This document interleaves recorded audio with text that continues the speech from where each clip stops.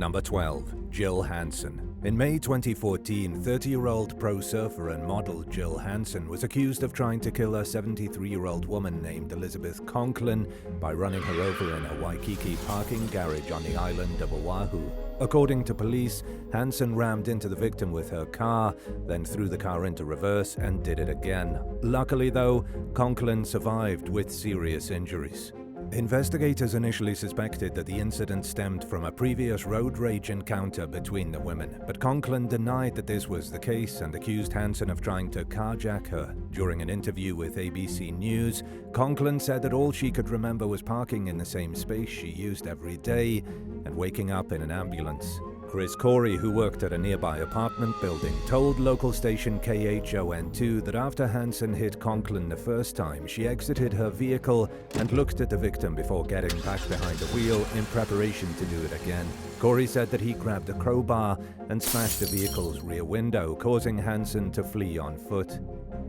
Police captured Hansen 6 hours later. She pleaded not guilty to attempted murder, vehicle break-in, and theft. The judge overseeing the case ordered her to be held on $1 million bail and banned her from contacting or going near Conklin. After Hansen's arrest, local news sources reported that she'd recently posted a photo of Conklin's BMW, along with a caption about how she'd finally gone pro as a surfer, offering some insight into a possible motive for the alleged crime. Hansen was still in jail awaiting the outcome of her case 3 months later when she was accused of violating the protective order from the jail where she was being held on her pending charges. In a surprising turn of events, a jury found Hansen not guilty by reason of insanity. Multiple mental health experts concluded that she didn't understand the wrongfulness of her actions, so she was sentenced indefinitely to a state-run mental institution. Number 11. Samuel Jones. Early one morning in March 2023, 21-year-old Hawaii Army National Guard member Luau Jordan Laulusa was found dead in her burning car near a high school in Honolulu. Someone had fatally stabbed her in the neck and lit her vehicle on fire in an attempt to destroy evidence. Witnesses told police that they saw the suspect setting the car ablaze and fleeing the scene on foot with a bladed object in his hand. Bystanders chased after him until police arrived and took him into custody. Officers were quick to notice that part of the man's shoe appeared to be melted and that he smelled like burnt plastic. He also had blood on his ankle, and nearby police found a garbage bag filled with Laulusa's bloody clothing.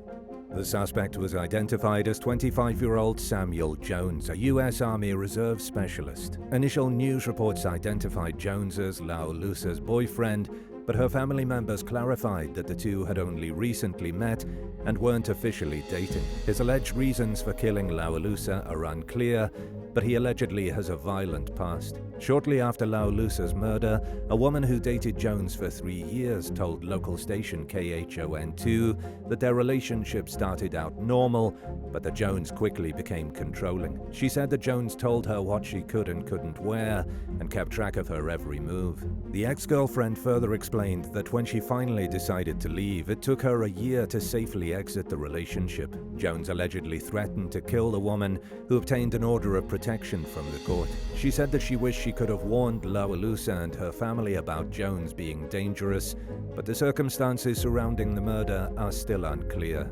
Jones was charged with second-degree murder and first-degree arson, and he was held on $1 million bail pending the outcome of the case. He pleaded not guilty to the charges, so we'll have to wait and see how things play out in court. Number 10. Justin Waiki. During what began as a routine traffic stop in 2018, police on Hawaii's Big Island realized that 33-year-old Justin Waiki had an outstanding warrant for his arrest. But before officers could attempt a peaceful conversation with him, he fired multiple shots, fatally striking Officer Bronson Kalaloa, a father of 3 and 10-year veteran of the force. Officers returned fire, but Waiki fled on foot, sparking a major manhunt. Using an armored car to block the road, police set up a vehicle checkpoint and searched every car that was attempting to leave the area. And while searching a vehicle 3 days after Kalaloa's murder, Sergeant Brian Tina lifted the tailgate, causing clothing and other things to fall onto the pavement. As he collected the items off the ground and put them back into the vehicle, he brushed against a blanket and got the distinct impression that there was a person hiding beneath it. Suddenly, 2 bullets were fired from under the blanket, striking Sergeant Tina in the chest. Officers returned fire once again, and Waiki's lifeless body soon rolled out of the cargo hold, bringing the manhunt to an end. A fellow passenger said that Waiki had admitted to shooting Officer Kalaloa and that he didn't want to return to prison. Several witnesses confirmed that Waiki fired the first shot during the vehicle search, and the officers involved were cleared of any wrongdoing. The 3 individuals who were with Waiki during the second shootout were convicted on reduced charges for helping him to evade law enforcement. Number 9. Charlie Scott.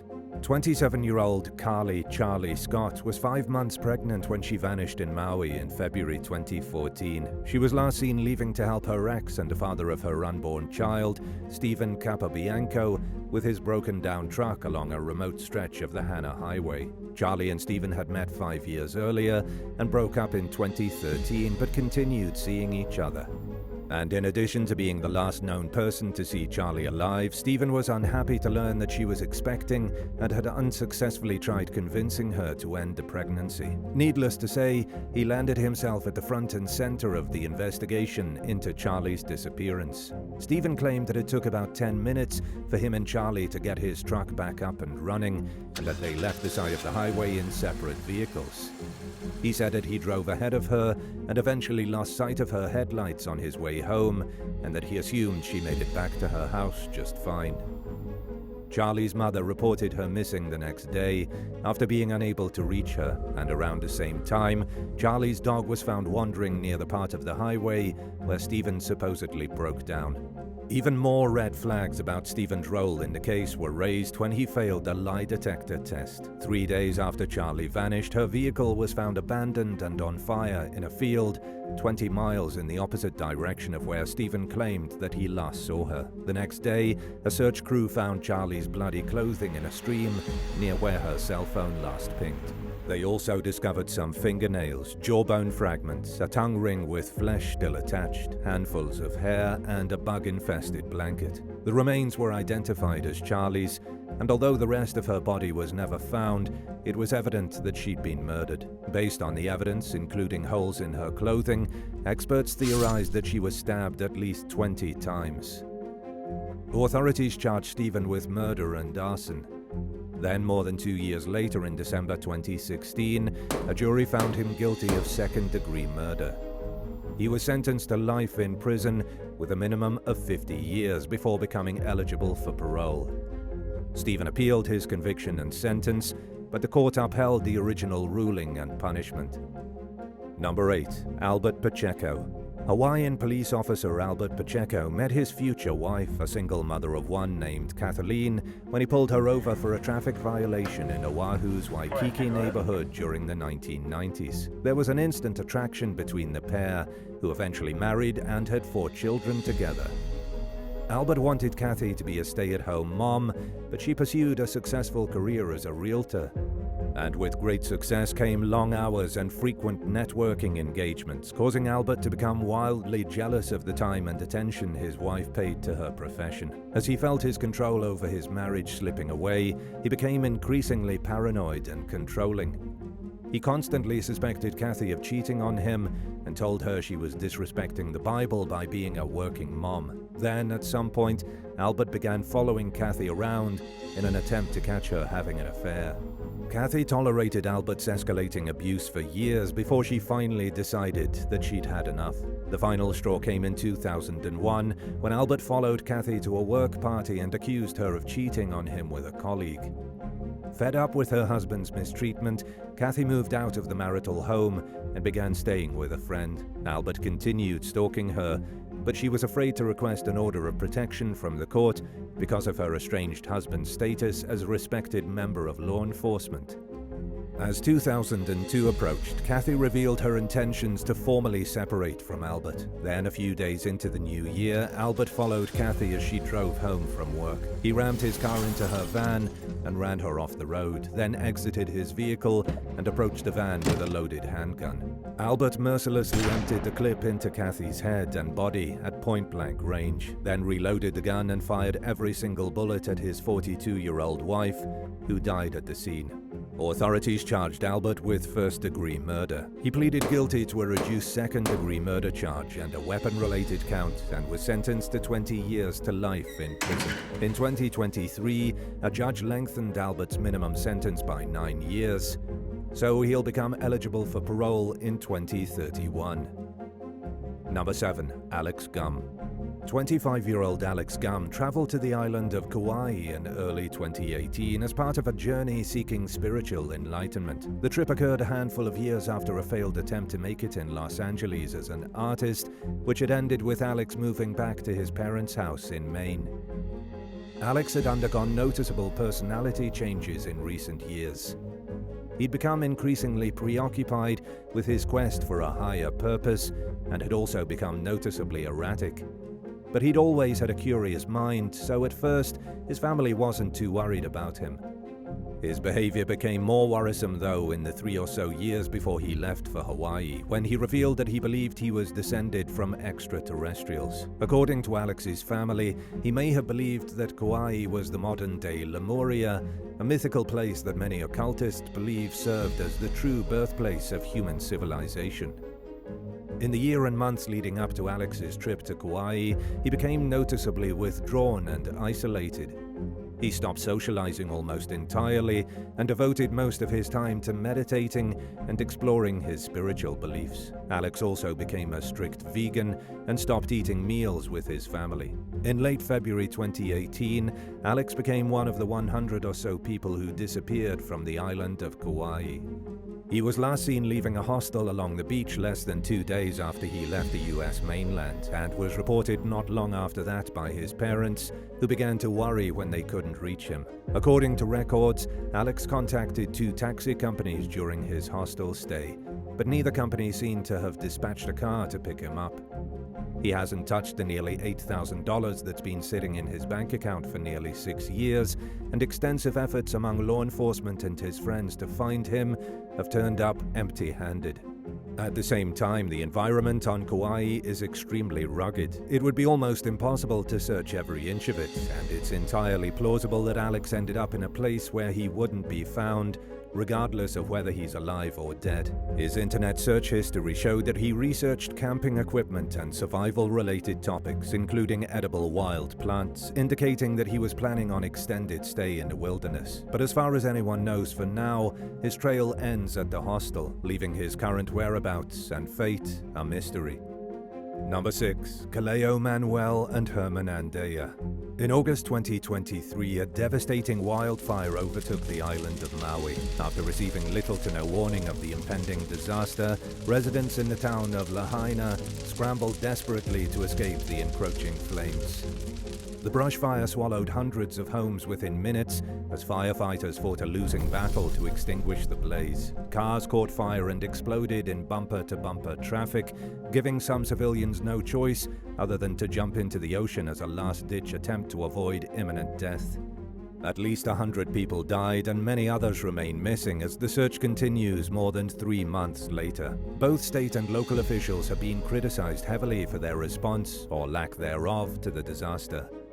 One of the biggest complaints focuses on authorities' failure to activate even one of Maui's more than 80 outdoor disaster sirens. Herman Andea, administrator of Maui's emergency management agency, initially defended his decision not to activate the system, but he ended up resigning. He claimed that he was stepping down for health reasons, but the timing of the decision is extremely suspicious, to say the least. Meanwhile, former Deputy Director of the Hawaii Commission on Water Resource Management, M. Kaleo Manuel, was criticized for waiting more than 5 hours to allow the use of natural water reserves to combat the fire at Lahaina. The West Maui Land Company, which manages several of the island's water providers, accused Manuel of refusing its request to release the waters earlier, giving firefighters no choice but to look on helplessly as they tried in vain to combat the blaze. Sources reportedly told the Honolulu Civil Beat that Manuel asked the company to consult with a local farmer about the impact of the water's use on the environment before he would be willing to give his blessing. The company believes that if water had been more readily available, firefighters would have been able to help, but Lahaina was destroyed and it's unclear yet how many lives were lost. As a result of the controversy, Manuel was transferred to another position within the Department of Land and Natural Resources. Number 5. Chenise Studinger. The first time police searched for 28-year-old Chenise Studinger in May 2023, she was wanted in connection to a domestic violence incident on Hawaii's Big Island. She was reportedly accused of cutting a man who'd struck her with a baseball bat and had a warrant for multiple charges, including second-degree assault, abusing a family or household member, and terroristic threatening. Chenise was also charged with failing to appear in court when police located her at a shopping center in response to a tip from a member of the public. Nearly 3 months later, in mid-July, the young mother of 2 went missing again, but this time she wasn't wanted for any crimes. According to police, she met up with her cousin to pick sea snails. The two became separated, though, and Chenise failed to reconvene with her cousin at their planned meeting place and time. She hasn't been seen or heard from since, and an extensive land, air, and water search failed to turn up any sign of her. Chenise and her cousin met along a remote section of shoreline off a dirt road, and when they arrived, they saw that other people were already parked at the site, so they continued along the beach until they found a more isolated spot. Nobody seems to know whether Chenise actually entered the water. Her cousin found it especially strange that she didn't take her knife, a bag, and other equipment that she would have needed to collect the opihi mollusks that they planned to pick. A police canine failed to track her scent past the area where she and her cousin parked. According to an agency spokesperson, the dog showed a strong interest in the vehicle that Chenise arrived at the beach in, but the trail ended far before the water began. However, the environment wasn't ideal, according to the canine handler, so the dog may not have followed the scent accurately. Chenise's stepfather, Timothy Wright, told Hawaii News Now that the missing woman's kids ask about her every day, and unfortunately the family doesn't have answers for them. In late 2023, police identified Chenise's disappearance as one of the most concerning missing persons cases on the Big Island. As of October 2023, 20 of these cases remained unsolved.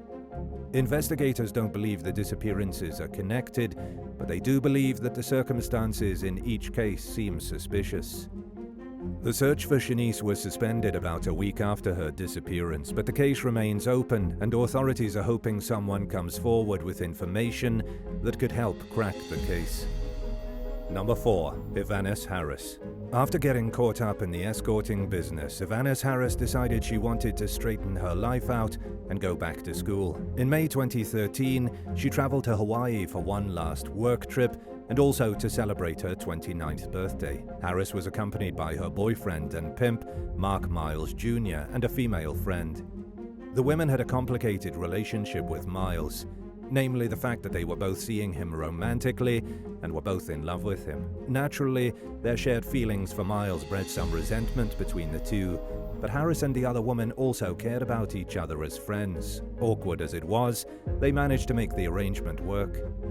A few nights into the trio's Hawaiian vacation, Ananis went missing. Police were quick to focus their investigation on the unusual relationship between the young woman and her travel companions. After all, it seemed like a situation that could turn ugly fast.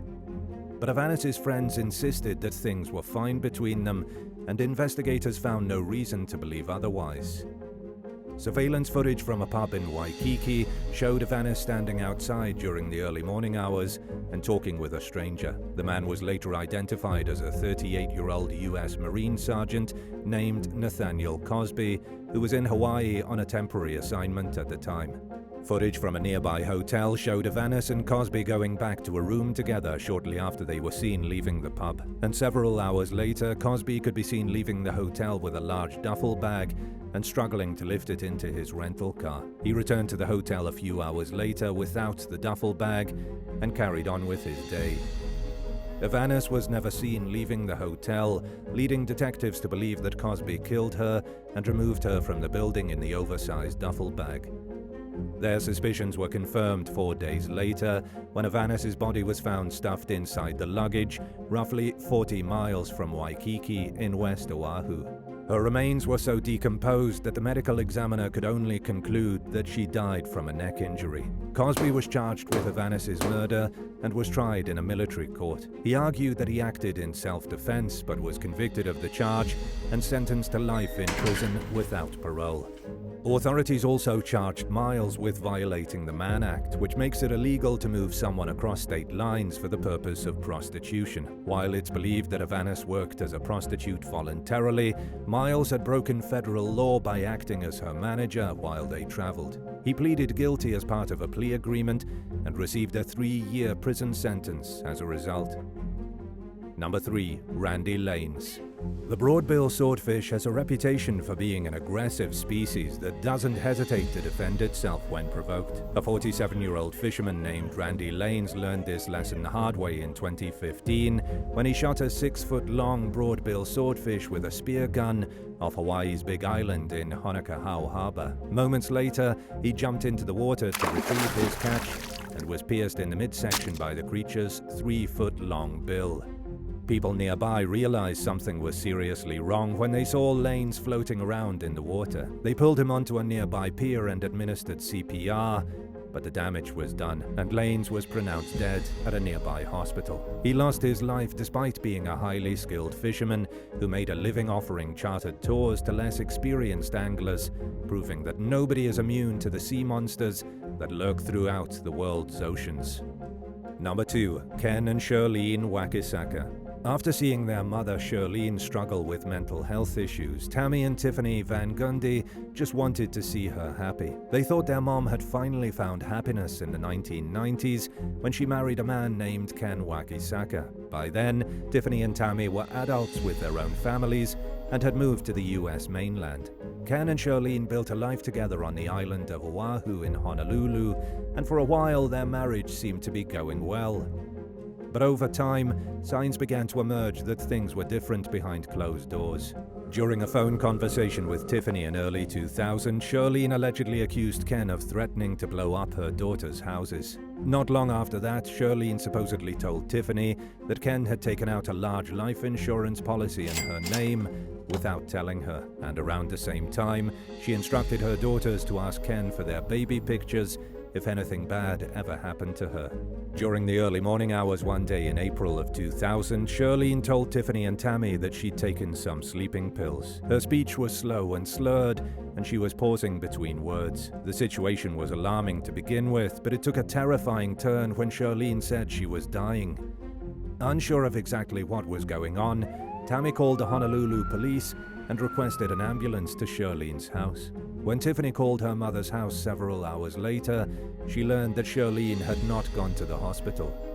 Ken allegedly told Tiffany that Shirlene was fine, but when Tiffany spoke with her mother, Shirlene's speech still sounded unusual, as if she were under the influence of something. Shirlene's daughters would later claim that when they asked Ken why their mother didn't go to the emergency room, he said that Shirlene was just drunk and needed to sleep it off. He also allegedly told the women that he and Shirlene could work their problems out on their own, telling the girls to stay out of their business. But eventually, Shirlene did end up in the hospital, and her condition quickly deteriorated. Worried that their mother was in serious danger, Tammy and Tiffany flew to Hawaii to be by Shirlene's side and to investigate their suspicions of foul play. As Shirlene fought for her life in the hospital, the sisters searched the Wakisaka's property, where they found pill bottles hidden in the bushes outside. They also asked Ken for their baby pictures as their mother had instructed them to do. So Ken found an envelope with the corresponding label on it and handed it over to the sisters. Inside the envelope, Tiffany and Tammy found notes in what looked like Ken's handwriting, which appeared to be from an anger management class. The notes contained what seemed like damning admissions of past abuse against their mother.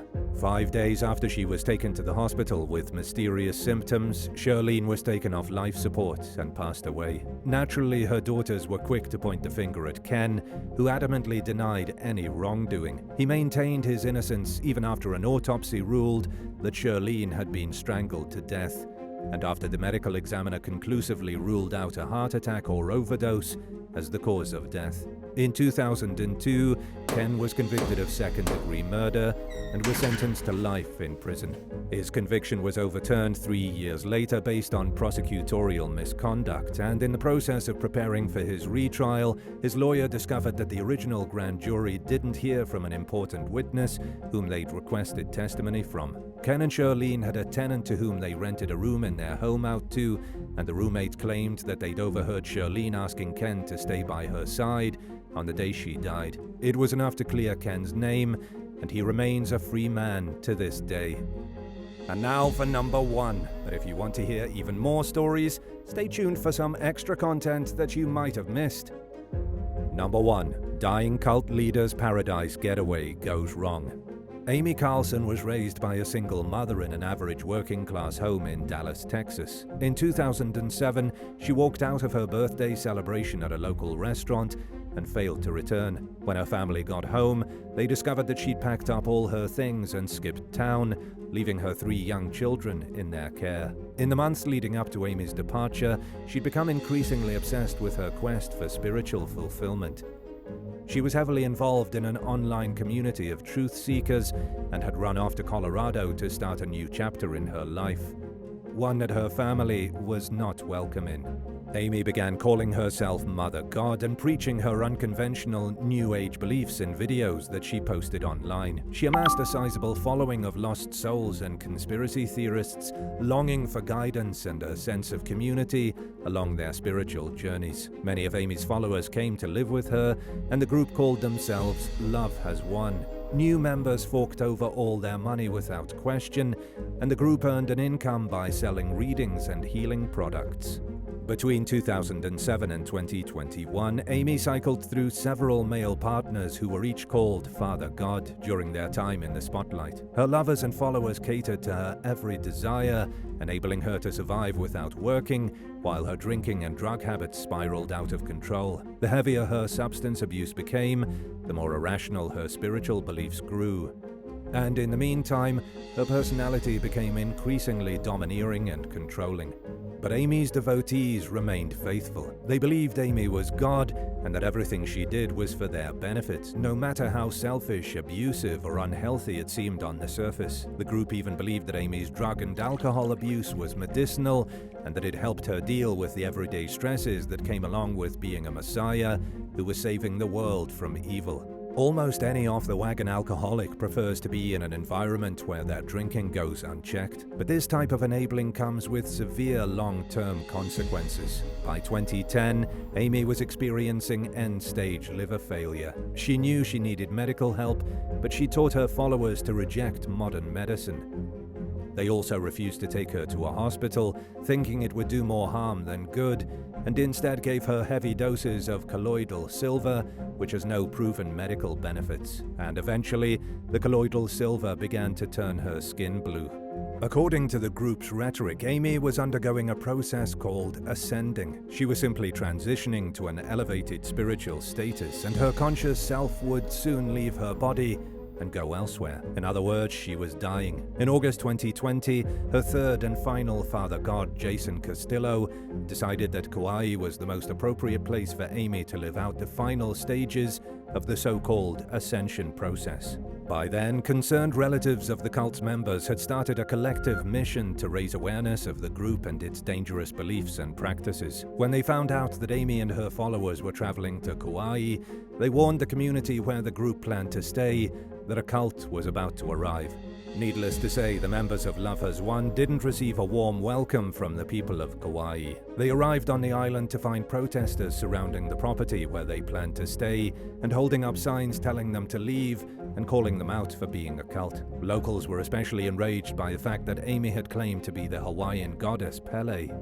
People threw eggs and rocks at the group's rental home, broke vehicle and house windows, and refused to go away. About a month after the group's arrival, Kauai's mayor, Derek Kawakami, intervened. Amy and her followers flew to Maui, where they planned to relocate, but their plans were thwarted and they agreed to return to the mainland. They traveled back to Colorado, and by late 2020, Amy was losing sensation in her legs from the effects of alcoholism.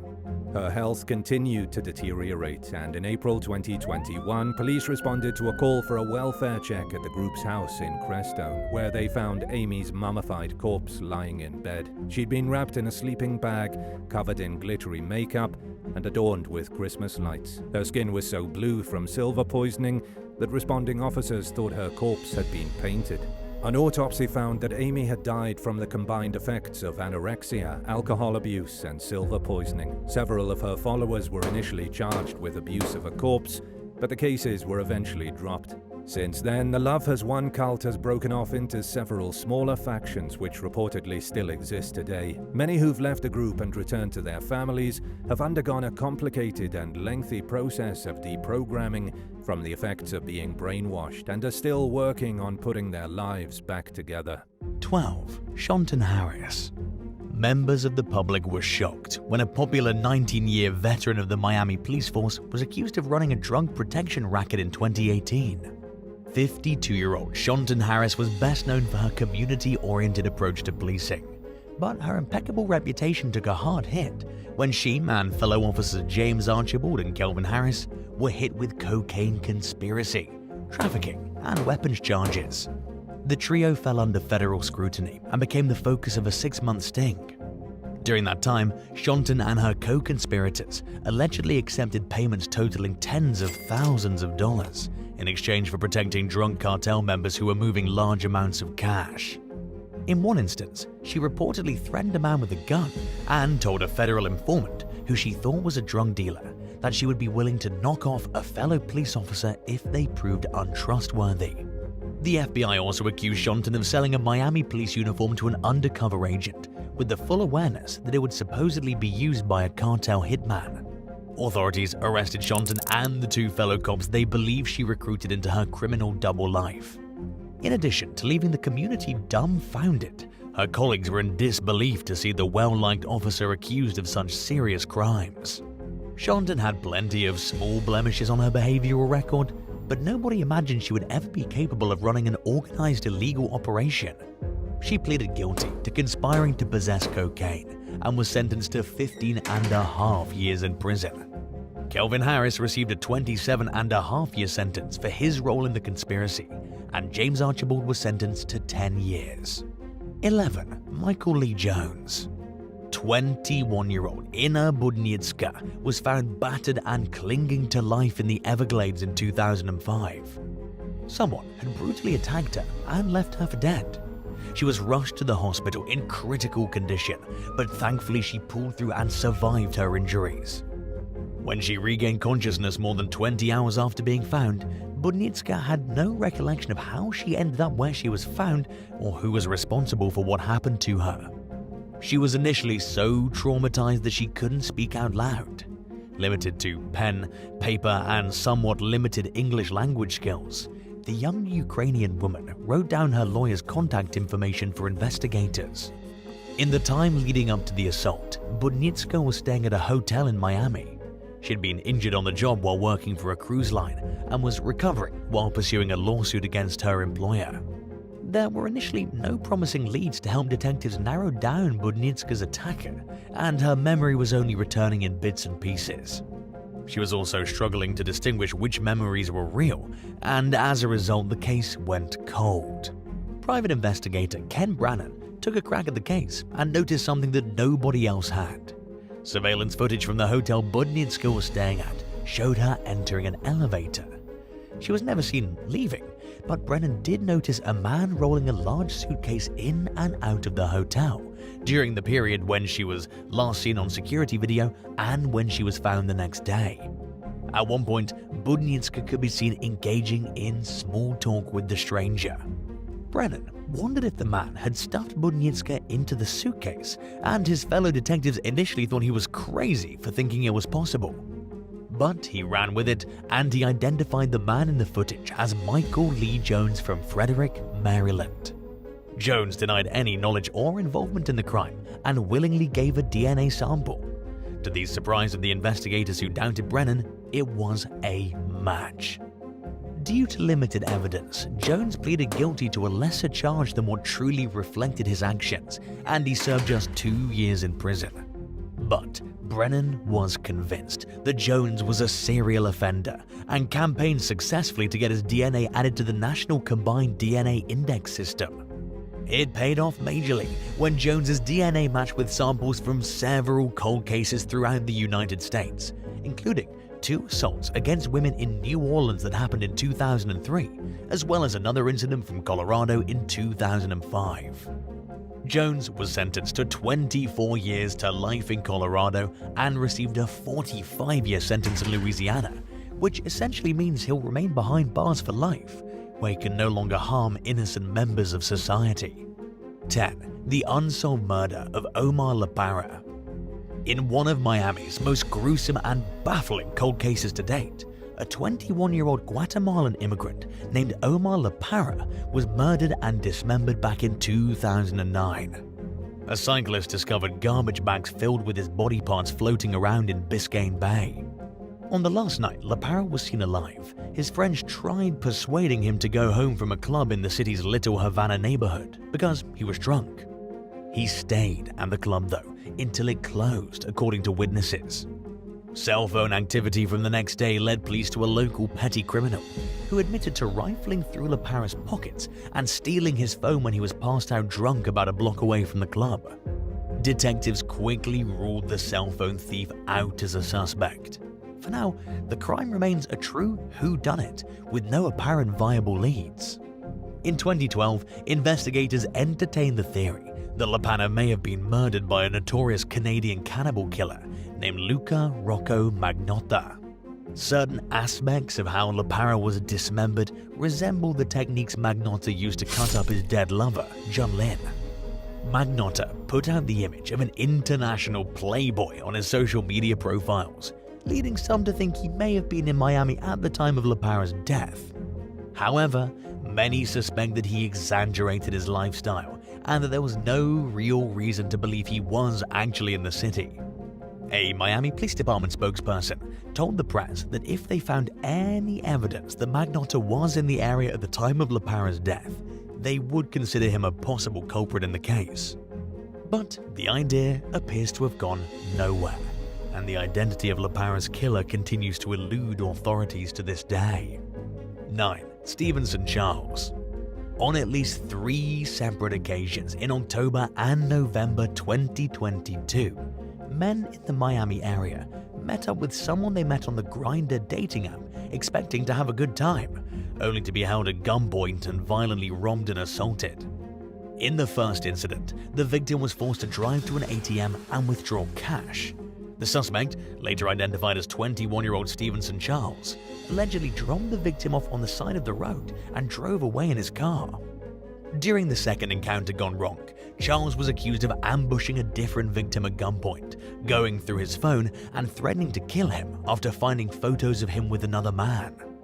According to the victim, Charles then drove to several stores and bought things with the man's credit cards. The third incident began when the suspect and victim met up in Dania Beach. Charles allegedly forced yet another man he met on Grindr, along with the victim's roommates, to withdraw $1,500 from ATMs. He stole the roommates' phones and dropped them back off at home, then drove off with the victim to a secluded area, where authorities say he made several homophobic statements and shot the man multiple times. Luckily, the victim survived despite being struck in the head. Charles pleaded guilty to 17 federal counts relating to the crime spree. He's due to be sentenced in April 2023 and could face life in prison, along with a hate crime enhancement. 8. Tommy Reyes.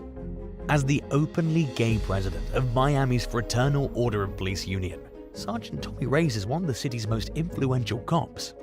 So, when he was suspended in 2022 for reasons that the police department didn't immediately explain, the public and press were eager to find out the whole story.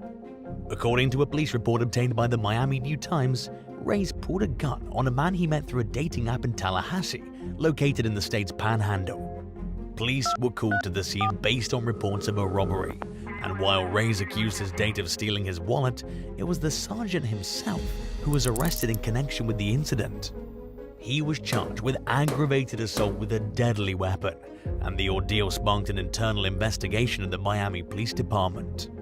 Reyes told the Miami New Times that he wouldn't comment beyond saying that he was a victim and had nothing to hide, and that the Tallahassee police victimized him again. According to an incident report, Reyes met with his date at a hotel room and things went poorly. The date ran off with the sergeant's wallet and allegedly threatened to blackmail Reyes after finding his ID and badge. According to the date, Reyes agreed to let him go on a shopping spree with one of his credit cards if he returned the wallet. Reyes denied giving the man permission to shop with his card, which was used to pay for more than $1,300 of merchandise at Best Buy. The men met up later that day so Reyes could get his wallet back, at which point an altercation broke out and Reyes pulled his gun. Responding officers concluded that the date was trying to blackmail the high-ranking cop, but that there were grounds to charge Reyes. In the end, though, the prosecutor declined to pursue the case, and Reyes was cleared of any wrongdoing. 7. Magan Mercer and Janaa Nagash. Two young women from North Carolina lost all composure at Miami International Airport one morning in 2023 when they were told they couldn't board their Frontier Airlines flight because they were 45 minutes late. What started out as a verbal argument quickly devolved as one of the women, later identified as 20-year-old Magan Mercer, threw a plastic sign holder at an airline employee, leaving her with a cut on her face. As police officers struggled to take Mercer into custody, her friend, 21-year-old Janaa Nagash, allegedly tried to get in the way, yelling, "Don't touch her."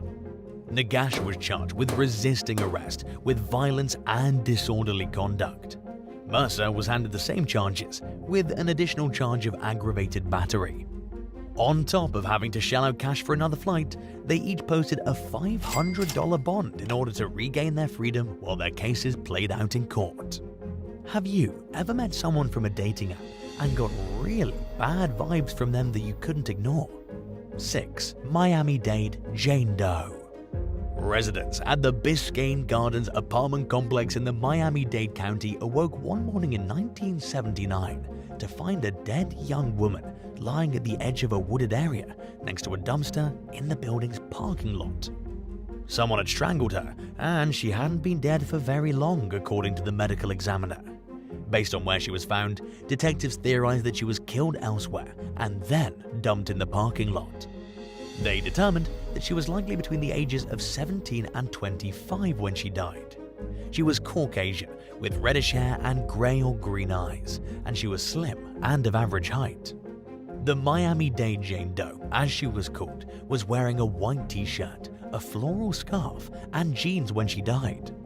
Her legs contained marks consistent with having ridden a motorcycle recently, and she had some filings in her teeth, indicating that she had access to dental care at some point in her life. More than 40 years after being found dead, Jane Doe's identity continues to elude investigators. They've ruled at least 19 women out in their attempts to identify her. Early reports speculate that she may have been a 19-year-old woman from Hollywood, Florida, who went by the name Philoan S. Love, but no record of a person by that name's been located. Another theory suggests that she was a runaway from Ohio named Tina, who went by the nickname Sheba. But again, nothing's been confirmed, so whoever the Miami-Dade Jane Doe is remains a mystery. 5. Who killed Irving Sikura? Beverly Sikura walked in on a horror scene one day in 2001 when she entered her father's apartment in Miami-Dade County. She hadn't heard from 76-year-old Irving Sikura in 2 days and had become worried about his well-being, and with good reason, as she soon learned. Al had been bludgeoned to death inside his home. His skull was bashed in, and there was blood all over the apartment. The killer left behind fingerprints and footprints and was seen on surveillance footage buying beer at a local supermarket with Al. Despite the plethora of evidence, the culprit's identity eluded investigators. In 2017, they managed to extract a DNA profile from a tiny sample found among the evidence. The results indicate that the suspect has a brother who's in prison in Michigan. Knowing the brother's identity could lead police to the killers, but authorities in Michigan refuse to disclose who the brother is and will only reveal someone's identity in cases of a perfect match. With the suspect's DNA absent from criminal databases, detectives have once again repeatedly hit a dead end in the case. To further complicate matters, Al was known to frequently bring men home from gay bars and beaches. Several visitors were ruled out as suspects, but it wasn't unusual for strangers to pass through, which only makes the possibilities more endless. Until or unless law enforcement gains access to information about partial DNA matches in Michigan, the case may never be solved. Accessing the information won't guarantee answers, but it would be a promising step. For now, all law enforcement can really do is work any new leads that come in and hope that someone with information comes forward and helps crack the case. 4. Yesenia Sanchez. In November 2022, off-duty Miami police officer Damien was shot in the head during an early morning confrontation outside his home in Hialeah, Florida, just outside downtown Miami.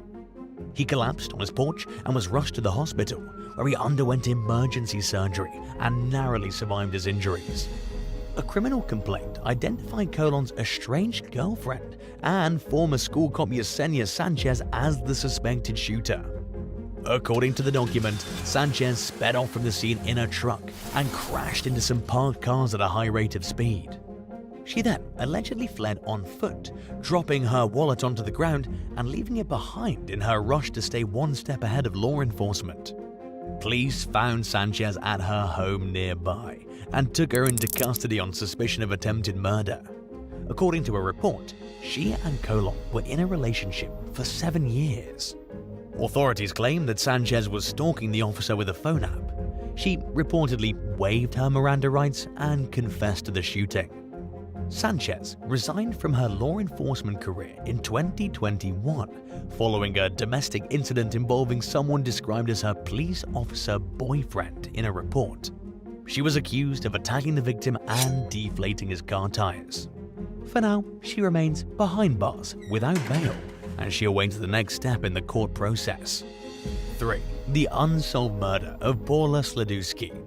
Aspiring model Paula Slidi and her boyfriend Kevin Klim traveled from Michigan to Miami to ring in the 2010 New Year at a Lady Gaga concert. They spent the next several days clubbing. During the early morning hours of January 3rd, Klim was kicked out of a club for his behavior during an argument with Slidi. He took a cab back to the couple's hotel room while Slidi stayed at the club, but she was also kicked out shortly after Klim's departure. Slidi was last seen leaving the club on grainy surveillance footage at 7:20 a.m. Some reports claim that an unidentified man followed her out of the venue, while others believe she left with the man. The video represents the last known sighting of Slidi alive. Later that day, her body was found in a burning dumpster in an industrial section of North Miami. Her remains were so charred that she could only be identified through dental records. Investigators speculated that the woman's killer had specific knowledge of the dumpster, which wasn't in a location that members of the public would commonly know about. Klim was initially a person of interest, but was eventually ruled out. He accused the club's bouncers of having something to do with the young woman's murder, theorizing that the employees had kicked him out in a deliberate effort to split the couple up. The club's manager denied these claims and said that Slidi left with an unknown man who didn't work there. Unfortunately, her murder remains unsolved to this day. 2. Real estate scammers. When 86-year-old Shirley Gibson went to pay her property taxes in 2021, she learned that someone had already paid the bill. The cashier showed the confused elderly woman a deed showing that the historic property in Coconut Grove had been sold to a real estate company in Brooklyn. Someone had signed her name without her knowledge or permission.